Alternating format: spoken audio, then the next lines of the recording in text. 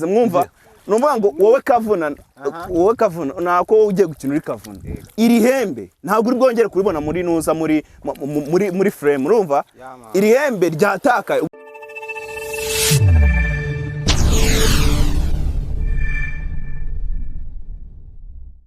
Go ahead man. Banze mwumve kuntu bimeze man. Ubango niba ari kuri set ubango sene turangije. Ntabwo ihembe rikongera kurikoresha. Ubango iri hembe ryamaze gutakara mu mazi. Urumva? Nuko ndi kubona umujama nawe isabizamo. Ya man.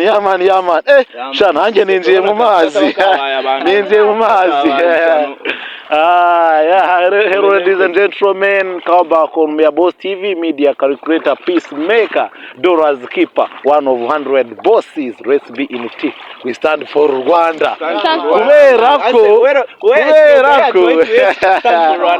Ewa, njewe mbari inyuma ubundi nimwe banye. Nje narabi aka amazi bana bakurikiranye mwajya gushutingira no mu cyumba nzaza kubareba. Gitumo. Ariko si baby mwayikuye he mushutinga arabwo yitwa Kadete. Best actor umanga. Niba waragira abikina mico zacu nyinshi. Ya man. Hano ndi mama wakavuna. Wanakiriye nyina wakavuna. Guys, abantu murebe nahinnye amapantaro njya mu mazi. Iki ni ikiyaga cyitwa gute? Kiba cyita harya bakita iki cyabayaga. Bakita cyabayaga uko ni man made n'abantu bagikoze.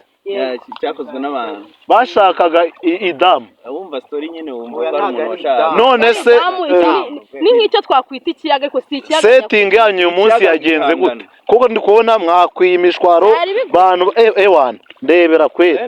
Nuza kuvuga ngo setting yanyu ari meze ute? Urumva uje biraje umuha kamera ugeremo uzakaza bayakoze. Fidel. The best mwana. Gana Fidel twagusuhuje nabona ari ku ruhanga bw'icyuma.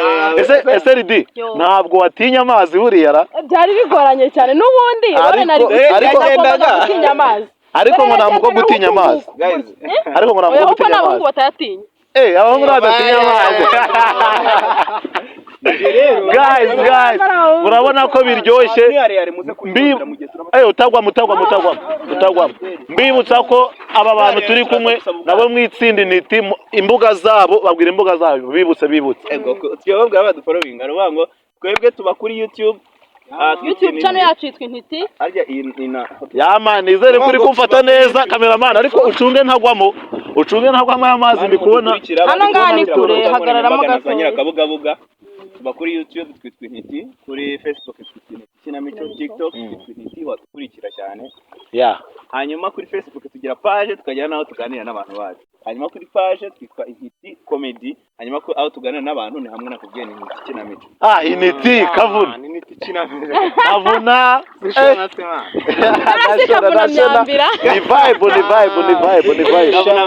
Ase Ridi, burashira yakubonye uri kumwe n'ibisore nk'ibi ngibi mujya mu mazi. Hano ngo muzashutingira mu cyumba wenda ntabwo mbizi.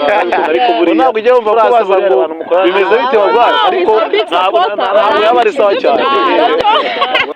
Nyine mushoboye kwagitinga muri kugira ntabwo byabari ibyanyu. Abantu bashoboye kwagitinga